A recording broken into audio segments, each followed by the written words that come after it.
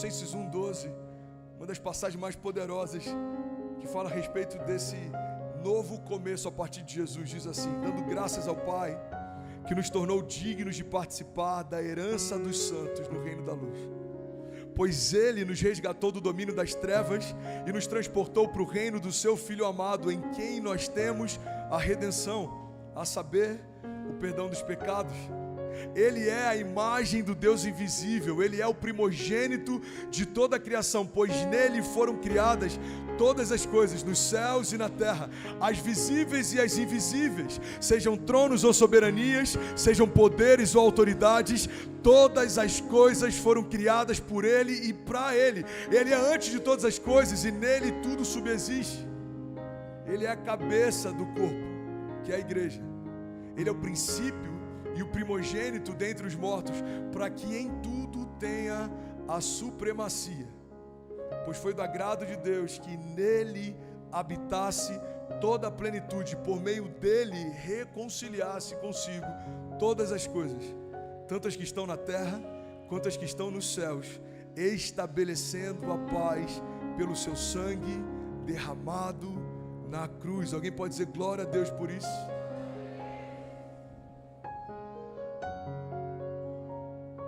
Sabe, eu lembro que quando eu estava internado, 2018, eu só assisti um filme durante a internação e eu sou apaixonado por filmes. Eu sou tão apaixonado por filmes que na minha adolescência eu ganhava cestas da locadora. Eu acho que eu fui o cliente do ano por alguns anos, pastor. Eu assistia 2 filmes por noite, 3 filmes por noite. Eu sempre amei cinema. Eu lembro que quando eu fui internado, depois dos dias que eu fiquei no CTI, me levaram para um quarto. E quando eu cheguei no quarto, tinha internet e tinha uma televisão. E o meu primeiro pensamento foi: pronto, agora eu vou zerar todas as séries, agora eu vou assistir todos os filmes.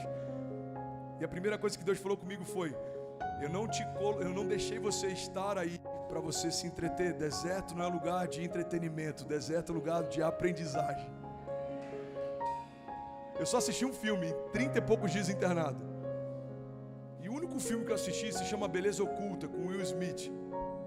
Tinha acabado de lançar, eu comprei o filme, e ele fala a respeito de alguém que tinha enfrentado uma perda, e esse personagem está muito introspectivo, e uma das falas dele, eu lembro que eu parei o filme e falei: uau, isso é quase que uma revelação bíblica, é tão forte o que ele acabou de falar. Eu lembro que o personagem do Will Smith, ele fala: existem 3 coisas que conectam toda a humanidade: o amor, o tempo e a morte. Porque todos nós ansiamos pelo amor, todos nós temos preocupação com o tempo, e todos nós temos uma preocupação com a morte. Eu lembro que quando ele falou isso, eu parei o filme, eu falei: Deus, fala comigo, eu sei que tem algo aqui, meu espírito está agitado, fala comigo, eu sei que tem alguma rema aqui. E Deus me deu algo, inclusive é um dos capítulos do meu livro, o amor, o tempo e a morte. Deus falou comigo: filho, essas 3 realidades estão disponíveis para toda a criação hoje, mas elas não estavam disponíveis para a criação antes. Porque no jardim, o amor estava disponível, todos os dias eu me relacionava com a criação, mas o tempo, ele não existia. O homem foi feito eterno como Deus é eterno. Essa contagem de calendários, de estações, de anos, de dias, de horas, ela só passa a existir depois que o próprio Deus limita o nosso tempo aqui. Depois do pecado, ele diz: de 120 anos não vão passar. Ele disse: e a morte também. Vocês foram feitos eternos. A morte não fazia parte da preocupação da humanidade. A morte não fazia parte da realidade do jardim. Você está comigo? Diga amém. Agora a parte mais poderosa, irmão. Todas essas realidades foram conectadas na cruz. O amor morreu sangrando no madeiro, para que o tempo não nos limitasse mais e para que a morte não fosse mais o final da história. A Bíblia diz que para aqueles que estão em Cristo Jesus, assim como nós morremos com Ele nas águas do batismo, com Ele nós ressuscitaremos também. Assim como Ele foi glorificado pelo Pai, nós seremos também. Irmão, olha para mim, tudo que te prendia antes de Jesus chegar não te prende mais, o tempo não te define mais, a morte não te aprisiona mais, porque se Jesus nos ressuscitou, nós somos glorificados com Ele. Se Jesus nos libertou, nós fomos libertos com Ele. Se Jesus nos salvou, nós fomos salvos com Ele. Você está comigo? Sabe, Jesus, ele é indomesticável. Mas Ele também tem uma característica que é incrível. A religião não consegue expressar, mas a graça sim. Jesus, Ele é irresistível. Declara com autoridade, diga: Jesus é irresistível.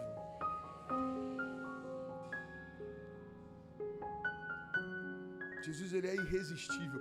Uma das coisas que mais me impactou quando eu comecei a me envolver com Jesus é que eu percebi que Ele não tem problema de me abraçar no meio da minha bagunça. A religião me ensinou por muito tempo: você precisa se limpar e quando você estiver limpo você vem. Mas a graça é o contrário: vem do jeito que você está, porque eu limpo você.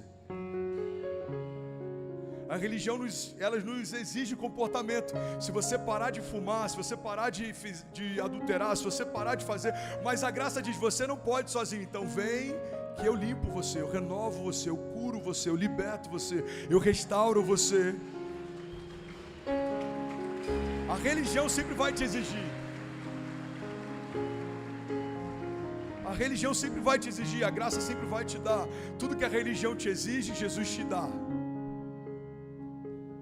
É interessante porque esse Jesus irresistível, Ele nem sempre é apresentado pela igreja. Fizeram um estudo alguns anos atrás e pegaram pessoas aleatórias no meio da rua e perguntavam para elas: aonde você acha que você pode ter um encontro com Jesus? Você sabia que dos entrevistados a igreja era uma das últimas opções que foi mencionada?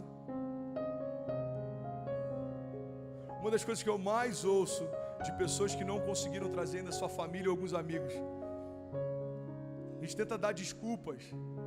Eles não querem Jesus, eles não querem compromisso, eles não querem. Mas a verdade é que tem muita gente que não é que não quer um compromisso com Jesus. Tem muita gente que já foi em busca de Jesus numa religião, numa igreja, mas não encontrou Jesus lá.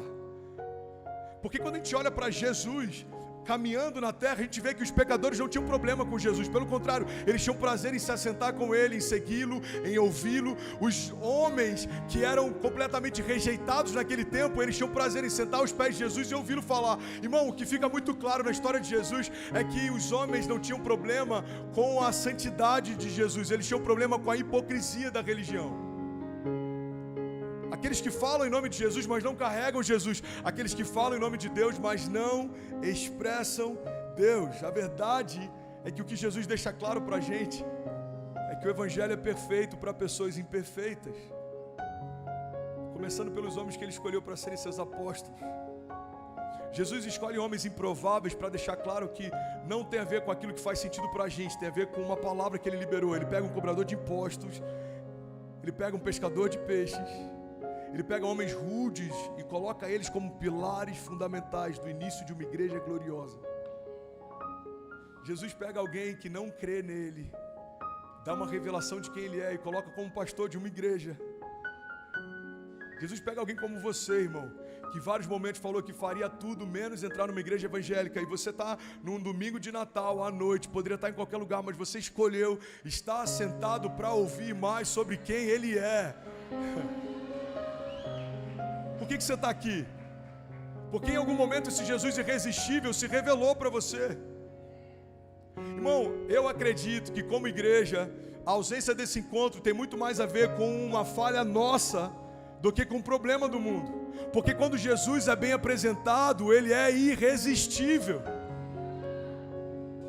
Se Jesus é a mensagem, tem pessoas que não estão ouvindo. O problema é o mensageiro. Como estamos revelando Jesus, apresentando Jesus, expressando Jesus. Paulo diz que nós somos como cartas vivas, escritas pelo próprio Deus, não com tinta, mas pelo Espírito. O que Paulo está dizendo, Billy Graham disse anos depois, nós somos a Bíblia que o mundo lê. Está preocupado, irmão, com a quantidade de versículos que a gente sabe. O mundo vai ser alcançado pela quantidade de versículos que a gente vive. Quando a gente expressa quem Ele realmente é, Ele é apaixonante. Jesus, quando bem apresentado, é irresistível.